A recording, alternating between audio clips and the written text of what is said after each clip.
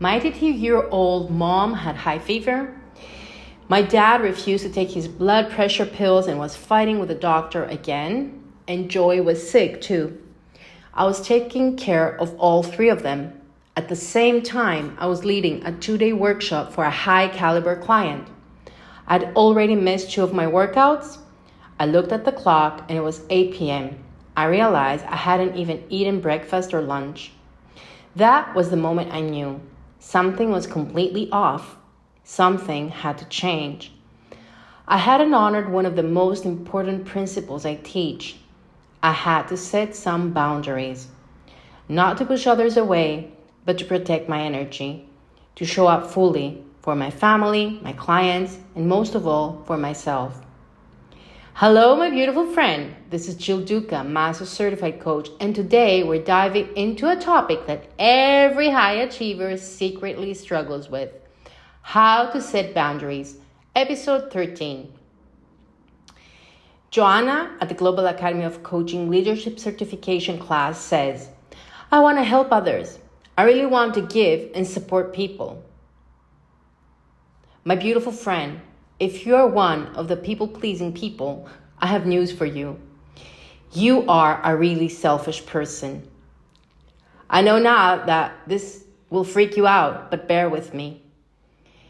Every time you give something to someone, every favor you do, every time you put others' needs before your own, every time you avoid conflict and say yes when you want to say no, you do the following things. You subconsciously keep a score. Mark the word subconsciously. I know that you believe you don't do this. I know that I believe that I didn't do this. But science proves it. It's called the hidden transaction. People pleasers expect unspoken reciprocity.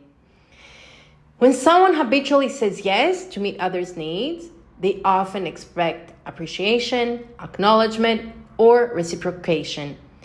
But don't openly communicate this. This dynamic is called unconscious scorekeeping.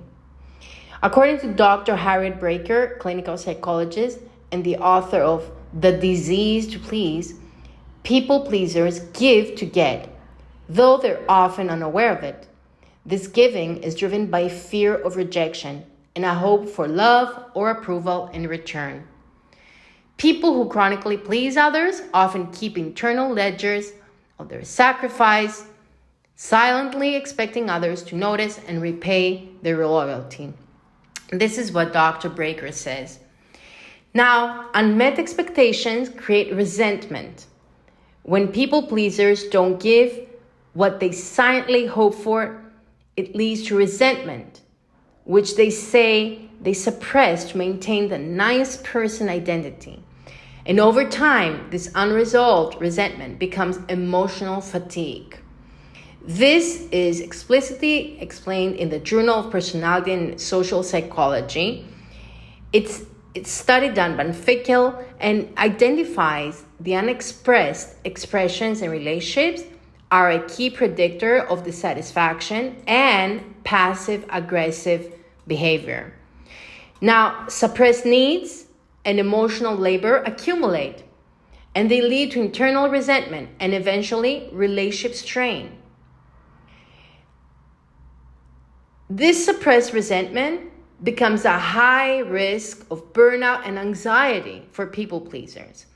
When we give without voicing boundaries or needs, the emotional dissonance activates chronic stress responses in the brain and in the body, okay?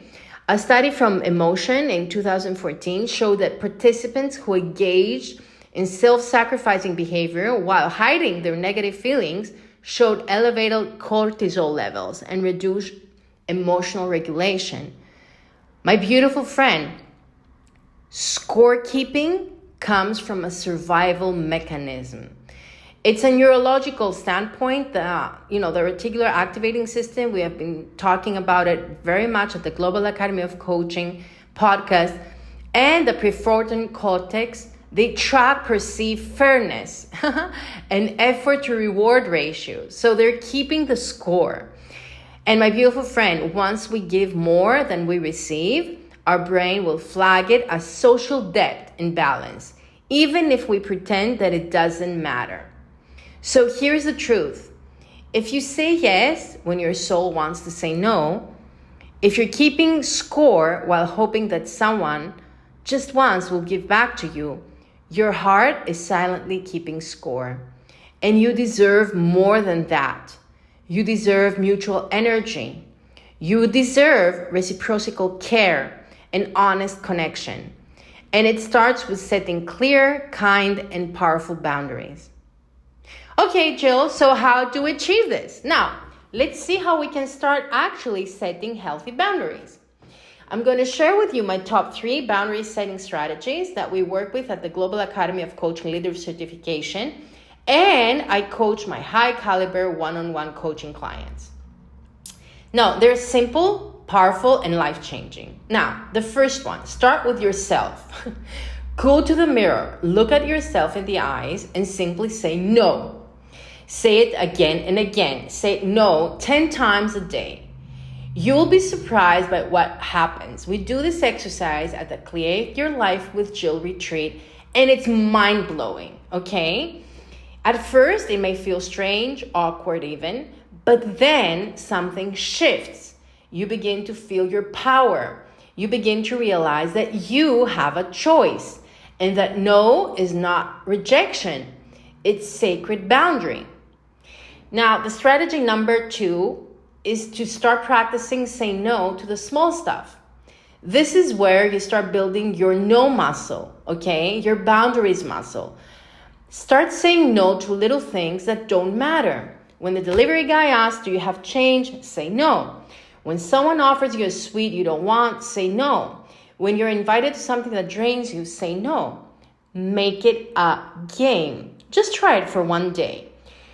And then you're going to notice how much of your energy you reclaim. Feel how your nervous system softens when you stop betraying yourself for convenience.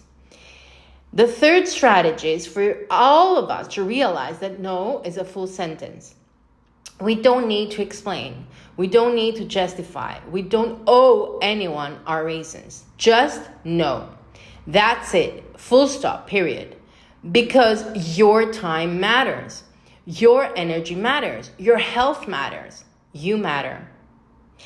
My beautiful friend, the moment you start honoring yourself with a clear and loving no, you make space for the people, the opportunities, and experiences that truly align with your beautiful soul.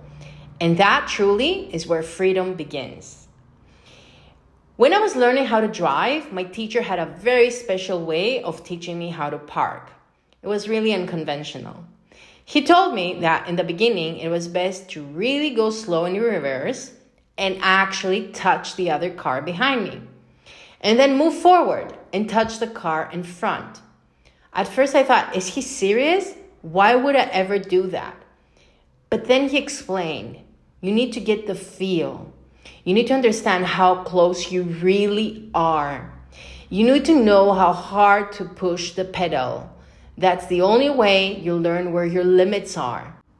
And he was right. He was perfectly right. You see, boundaries work in the exact same way. At first, you might go too far. You might touch others emotionally. You might come off as too sharp, too direct, even rude or aggressive. And that's okay. But then, my beautiful friend, you're going to swing the other way.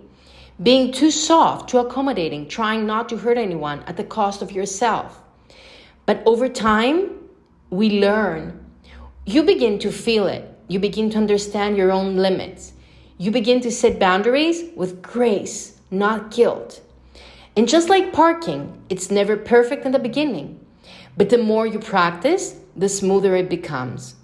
You stop bumping into people, you stop betraying yourself, and you finally claim the space that's yours with calm, clarity, and confidence.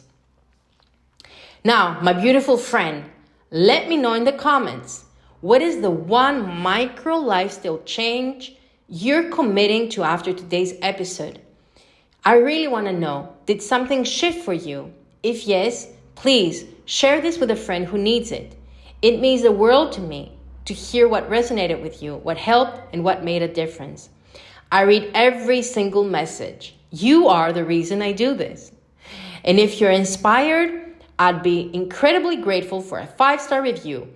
It helps more amazing souls discover the Global Academy of Coaching podcast.